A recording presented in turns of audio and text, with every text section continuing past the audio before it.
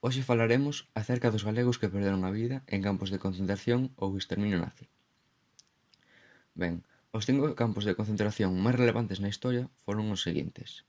En primeiro lugar, Auschwitz, cunha maior concentración de xudeus. En segundo lugar, Dachau, onde se facían experimentos e torturas. A seguir temos Sachsenhausen, o cal podemos visitar na excursión que fixemos a Alemaña este curso. En seguinte lugar temos a Ravensbrück, que era exclusivo para as mulleres. E por último, pero non menos importante, Mauthausen, onde foron enviadas as altas clases xudías e os membros intelectuais da sociedade.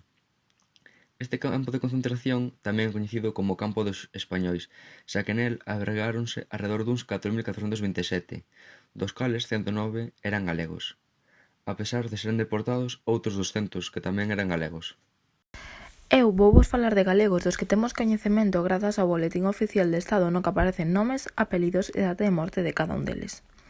O último dos 109 galegos ditados anteriormente que perderon a vida nos anos 40 foi Antonio Gómez Torres, un pontevedrés que morreu aos 29 anos no 1945, a tan só 3 meses de que o exército estadounidense entrase en Mauthausen para poñer as bandeiras republicanas. Outros 2 exemplos máis son o de Ricardo López López, procedente de Lugo, que morreu aos 21 anos neste mesmo campo, e por último Castro Martínez Parada, que morreu sendo máis maior, aos 61 anos, non obstante correu no campo de Gusen e tamén procedía dunha parroquia lucense.